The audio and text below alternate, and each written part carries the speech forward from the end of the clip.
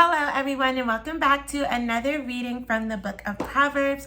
Today we are on chapter 13. Let's get started. A wise child accepts a parent's discipline. A mocker refuses to listen to correction. Wise words will win you a good meal, but treacherous people have an appetite for violence. Those who control their tongue will have a long life. Opening your mouth can ruin everything. Lazy people want much but get little, but those who work hard will prosper. The godly hates lies. The wicked cause shame and disgrace. Godliness guards the path of the blameless, but the evil are misled by sin. Some who are poor pretend to be rich. Others who are rich pretend to be poor. The rich can pay a ransom for their lives, but the poor won't even get threatened. The life of the godly is full of light and joy, but the light of the wicked will be snuffed out. Pride leads to conflict. Those who take advice are wise. Wealth from get-rich-quick schemes quickly disappears. Wealth from hard work grows over time. Hope deferred makes the heart sick, but a dream fulfilled is a tree of life. People who despise advice are asking for trouble. Those who respect a command will succeed. The instructions of the wise is like a life-giving fountain. Those who accept it avoid the snares of death. A person with good sense is respected. A treacherous person is headed for destruction. Wise people think before they act. Fools don't and even brag about their foolishness.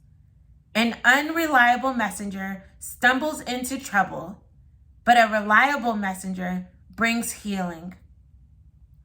If you ignore criticism, you will end in poverty and disgrace.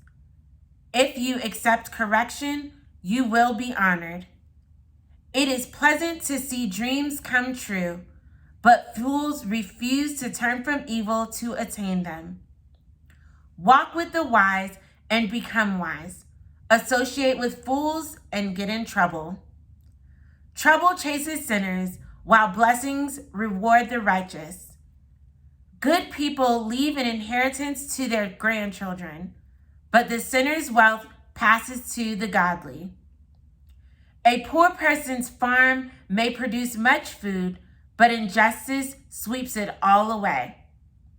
Those who spare the rod of discipline hate their children.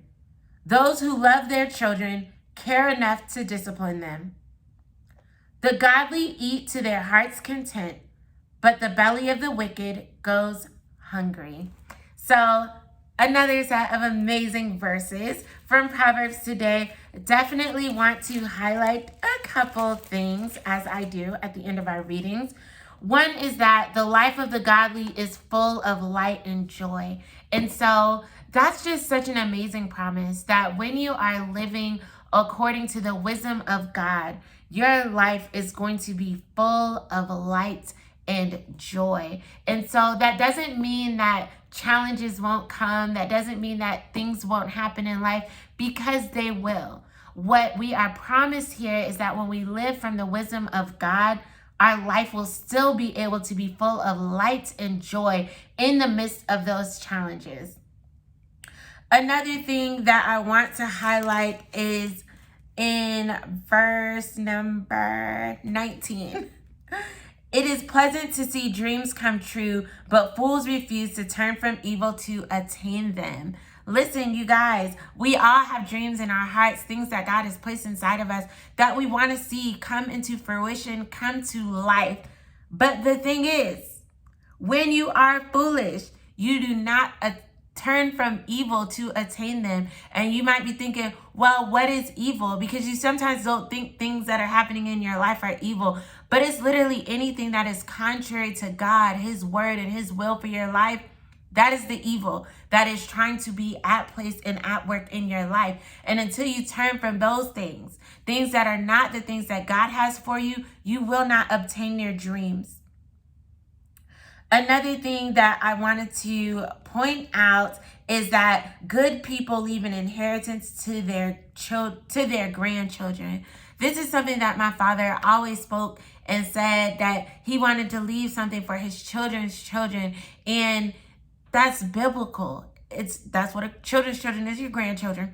That's biblical. And I think when you start to think beyond yourself and what can I do for me right now, myself, even if you don't have children, what can you do for people that are in your sphere that God has brought into your life? When you're thinking about those people and not just yourself, God is going to make sure that you have not just enough to cover you, but to cover those around you. It's important to think beyond you. So these were some great verses that we read today. So encouraging you to definitely go back over that chapter again. I pray that you have continued to be blessed by the readings from the book of Proverbs. Again, we are reading one chapter a day. So we're reading the whole book of Proverbs in this month of January. And I'm actually fasting as well. So if you guys want to fast along with me as you read this book, I would encourage you to do so and just see what God does as you make more space and more room to submit your life to Him this month as we read the book of Proverbs. As it pertains to fasting, fast whatever God is telling you to fast. It could be social media, it could be food, it could be any number of things. Allow God to highlight what it is that He wants you to step away from in this month so that He can pierce into your hearts, your minds, and your life. So that, again, as we obtain and acquire this wisdom from the book of Proverbs, we will learn to live our lives well and according to the wisdom of God in 2024. So I pray that you are just extremely blessed by this. Remember, same time, same place tomorrow, 7 p.m. South Africa time, 12 p.m. Eastern Standard Time. We will be on chapter 14 because it's day 14. Love how it just goes together easily like that. And I hope that you join me here. I love you all. And until tomorrow.